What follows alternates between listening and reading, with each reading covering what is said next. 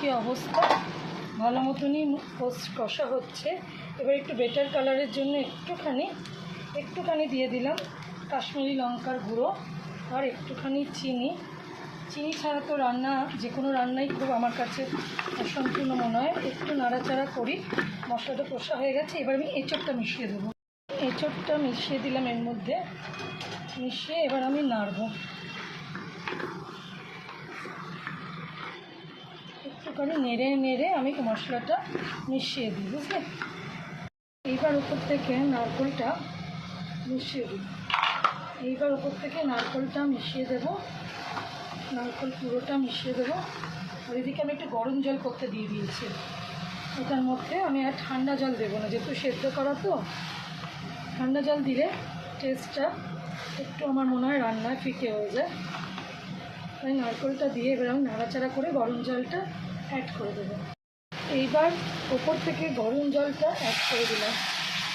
যেহেতু গরম জল দিয়ে রান্নাতে কোনোদিন দেখবে না খুব অসুবিধা ছাড়া আমি ঠান্ডাতে সাধারণত রান্নাতে গরম জল ছাড়া অ্যাড করি না, তাতে রান্নার টেস্টটা আমার মনে হয় খুব ভালো হয়। এটা তো সেদ্ধ করা এঁচোড়, বেশি জল ফুটলে ভালো লাগবে না, তাই দিয়ে দিলাম। মোটামুটি হয়ে গেল আমার রান্নাটা।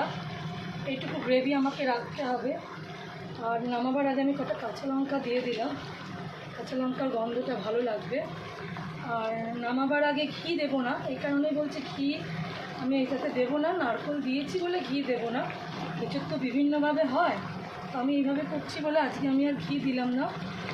আর এঁচোড়কে তুমি যতই তেল দাও তুমি এঁচোড়ে কোলাতে পারবে না, মনে হয় আরও তেল দিলে ভালো হতো।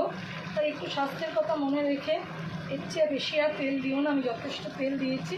আর যদি কারোর ভালো লাগে ঘি দিতেই পারো, কোনো ব্যাপার না। আমি আজকে দিলাম না, আমি যথেষ্ট তেল দিয়েছি আর নারকেল দিয়েছি বলে আমি ঘি দিলাম না।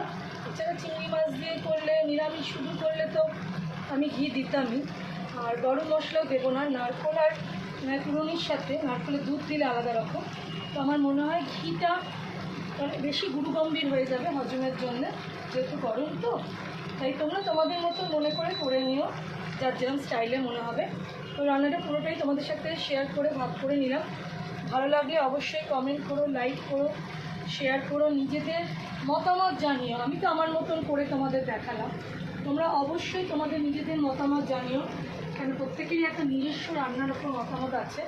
আমি এই একরকমভাবে দেখালাম, বিভিন্ন রকমভাবে এঁচোড় বানানো যায়, বানিয়েও থাকি। কেমন লাগলো পুরো ভিডিওটা অবশ্যই জানিও।